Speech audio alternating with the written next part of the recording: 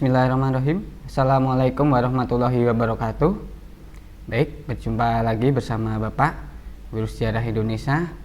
Untuk pertemuan pada kesempatan kali ini Bapak akan menjelaskan mengenai perkembangan kolonialisme dan imperialisme Eropa. Ini akan Bapak bagi ke dalam beberapa bagian karena untuk uraian materinya cukup panjang. Jadi akan Bapak bagi ke dalam 3 bagian. Untuk bagian pertama kali ini kita akan membahas mengenai latar belakang lahirnya kolonialisme dan imperialisme dan juga datangnya kolonialisme dan imperialisme Eropa di Indonesia. Baik, berdasarkan apa yang sudah tertera di buku paket ya, di situ terdapat beberapa kompetensi dasar yang harus kalian kuasai. Untuk materi pertama ini, untuk kompetensi dasar yang harus kalian capai itu ada menganalisis kedatangan dan perkembangan penjajahan bangsa Eropa serta dampaknya bagi bangsa Indonesia.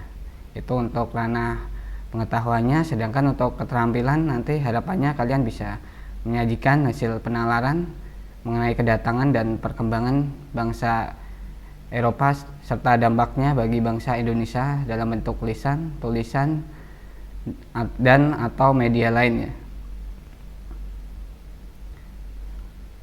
Ya, di sini kaitannya dengan tujuan pembelajaran ya.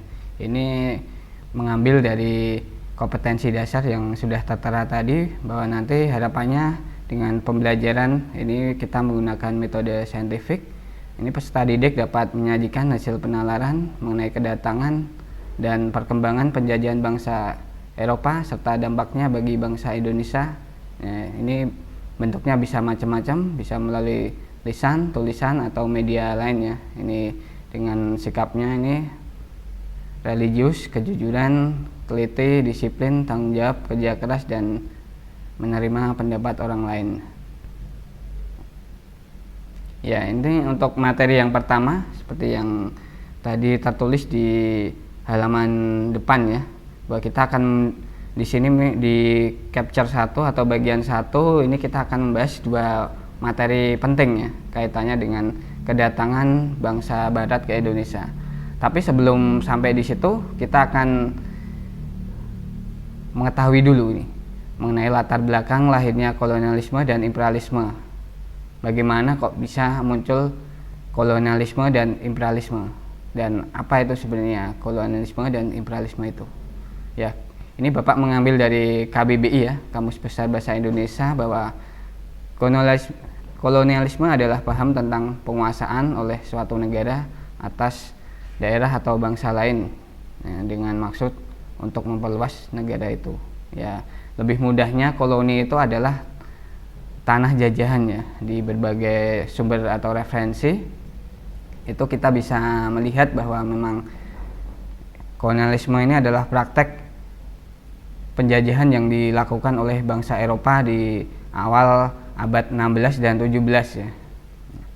Sedangkan kalau menurut KBBI juga di sini untuk imperialisme adalah sistem politik yang bertujuan menjajah negara lain. Jadi di sini poin pentingnya di imperialisme ini adalah bagaimana sistem politik itu bisa diterapkan ya. Kaitannya jelas untuk bisa menguasai negara yang dijajah dengan tujuan akhir itu memperoleh keuntungan yang lebih besar. Dan ini dipraktekkan oleh negara-negara Eropa yang datang ke Indonesia. Seperti kita bisa melihat nanti kita singgung, yaitu adalah Portugis dan juga ada Belanda ya, yang mana memang 2 negara ini keuntungannya paling besar ini di Kepulauan Indonesia. Ya, dikutip ini dari laman Ensiklopedia Britannica ya, di sini atau Britania, bahwa kolonialisme Barat adalah sebuah fenomena ekonomi politik di mana berbagai negara Eropa melakukan eksplorasi, penaklukan, pendudukan, dan eksploitasi wilayah dunia yang luas. Jadi dari perkembangannya paham ini nanti akan memunculkan apa yang kita kenal dengan slogan 3G, yang mana nanti akan kita singgung di bagian selanjutnya. Ya, ini ada beberapa faktor penyebab lahirnya kolonialisme dan imperialisme ya. Di sini Bapak tuliskan 5 faktor ya. Sebenarnya ada banyak faktor. Cuma di sini Bapak rangkum ini diambil dari beberapa sumber ya. Itu kalau Bapak pilih ini ada 5 ya.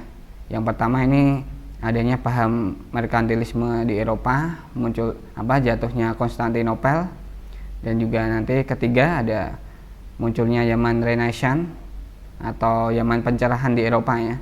Dan keempat itu ada dorongan melanjutkan perang salib, dan yang terakhir ini outputnya ya, yang paling penting itu adalah bagaimana Eropa ini bisa keluar dari kungkungan stigma gereja ya. Akhirnya kemudian Eropa ini negara-negaranya itu mulai melakukan penjelajahan samudera ya, yang akhirnya sampai juga ke wilayah Indonesia. Ya, ini kita akan singgung satu persatu dari 5 faktor tadi. Untuk yang pertama ini adanya paham merkantilisme di Eropa ya. Ya, ini apa itu merkantilisme? Itu lebih mudahnya mungkin kalau di dalam ilmu ekonomi ya, itu adalah bagaimana suatu negara itu bisa mengambil sebanyak-banyaknya keuntungan ya. Bisa dari nanti perdagangan dan juga nanti dari kegiatan ekspor ya. Jadi dari kegiatan perdagangan ini harapannya nanti negara itu akan memperoleh kekayaan, dan kekayaannya itu akan dibelikan emas ya. Karena pada saat itu di Eropa berkembang bahwa emas ini menjadi salah satu komoditas yang di masa depan itu akan menjadi barang yang sangat berharga sekali. Nilai jualnya juga diyakini itu tidak akan turun ya, malah akan naik terus.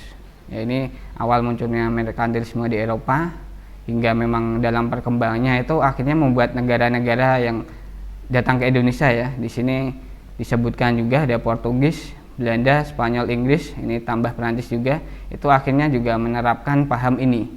Karena memang paham ini itu menurut beberapa negara Eropa itu sangat sangat penting buat kelangsungan suatu negara ya. Dan yang kedua nanti kaitannya dengan jatuhnya Konstantinopel. Kalau kita lihat di buku paket ya, itu disebutkan bahwa porsi terbesar dari munculnya kolonialisme dan imperialisme bangsa Eropa itu adalah jatuhnya Konstantinopel pada tahun 1453 ya. Dimana memang Konstantinopel, mungkin kalau kalian pernah ke Istanbul ya, itu adalah Istanbul sekarang, bahwa memang Istanbul ini adalah satu kota yang unik ya, atau Konstantinopel ini satu kota yang unik, yang mana memang kota ini berada di 2 benua ya, di seberangan 2 benua, hanya terpisahkan oleh Selat Bosporus ya. Yang mana memang kalau kita cermati jatuhnya Kekaisaran Romawi Timur atau Konstantinopel ini akhirnya membuat nanti bangsa Eropa ini berpikir keras ya, karena harga komoditas yang dicari yaitu rempah-rempah pada saat itu menjadi semakin mahal, karena ini dikuasai oleh golongan kaum muslim ya. Dengan jatuhnya Konstantinopel ini akhirnya perekonomian di khususnya nanti di kepulauan atau di daerah Mediterania ini benar-benar dikuasai oleh bangsa Turki ya. Yang ketiga nanti munculnya zaman Renaissance. Renaissance ini sebenarnya kalau kita cermati mungkin di sejarah peminatan ya, kalian juga mempelajari bahwa munculnya zaman Renaissance ini sebenarnya tidak terlepas dari kondisi di Eropa pada abad sebelumnya, dalam hal ini abad pertengahan. Karena memang bisa dikatakan juga zaman Renaissance ini memutus apa yang terjadi di Eropa pada abad pertengahan. Karena kalau kita cermati di abad pertengahan di Eropa itu sedang terjadi wabah pes ya, yang mana wabah pes ini selalu membuat negara-negara Eropa itu pada saat itu kewalahan. Mungkin di satu daerah dalam perkembangannya bisa mengatasi, tapi muncul lagi di daerah yang lain atau negara lain. Jadi ini tidak pernah selesai dalam waktu beberapa abad. Di abad ke-14-15 ini belum ditemukan obatnya, tapi memang kalau kita cermati zaman Renaissance ini kemudian memunculkan pemikiran-pemikirannya bahwa Eropa ini sebenarnya dulu pernah jaya ya di zaman Yunani kuno dan juga di zaman pada saat itu di Kreta ya, Pulau Kreta, yang mana sekarang Pulau Kreta itu berada di Siprus ya. Bahwa memang pada saat itu Eropa pernah mengalami masa-masa kejayaan. Ya, ini ingin diulangi oleh bangsa-bangsa Eropa ya di awal abad 15 dan 16. Ya, yang keempat itu adalah dorongan untuk melanjutkan perang salib ya. Kenapa disebut perang salib? Sebenarnya ada beberapa referensi ya kaitannya dengan penyebutan perang salib ini. Perang salib ini di berbagai sumber ya, kaitannya dengan perang salib ini paling lengkap adalah karya dari profesor Arab yaitu ini Asy-Syalabi, itu pernah menyebutkan bahwa memang perang salib ini adalah perang yang dimotori oleh sentimen anti agama ya, dimana memang kalau kita cermati juga dalam perangnya itu orang-orang yang berperang itu membawa salib besar-besar ya. Mereka dari Perancis, dari Jerman, dari Italia dan negara-negara besar Eropa itu sengaja datang ke Yerusalem atau Baitul Maqdis ya, di Islam dikenalnya Baitul Maqdis, itu sengaja datang ke sana untuk membebaskan Yerusalem ini ya dari cengkraman orang-orang Muslim, karena memang setelah dikuasai oleh Salahuddin itu kemudian memang beberapa kali itu Yerusalem kemudian pernah ditutup ya untuk orang-orang Nasrani dan juga Yahudi. Tapi dalam perkembangannya memang nanti pasca Salahuddin ini memang kemudian ada sebuah jalan damai atau negosiasi antara pihak Paus dan juga nanti pihak dari kerajaan Islam pada saat itu yang menguasai Yerusalem. Akhirnya memang kalau kita cermati perang salib ini memang perangnya ya cukup lama dan juga tidak ada pihak yang bisa dikatakan menang telak ya, karena memang nanti di beberapa kesempatan Islam bisa menang, tapi dalam periode kemudian ini kemudian dari Kristen atau Nasrani ini juga bisa memenangkannya. Dan yang terakhir outputnya dari adanya faktor-faktor tadi kolonialisme dan imperialisme itu yaitu penjelajahan samudra. Kenapa ini penjelajahan samudra ini sangatlah penting ya bagi orang Eropa, karena pada saat itu setelah salah satu cara untuk mengobati wabah pes itu mulai ditemukan di Eropa, dan salah satu obatnya itu berasal dari rempah-rempah. Akhirnya memang Eropa ini sangat getol sekali untuk ingin mendapatkan rempah-rempah ya langsung dari sumbernya, karena memang pada saat itu tidak mungkin mereka mendapatkan rempah-rempah di kepulauan Mediterania tadi ya, karena sudah dikuasai oleh bangsa Turki.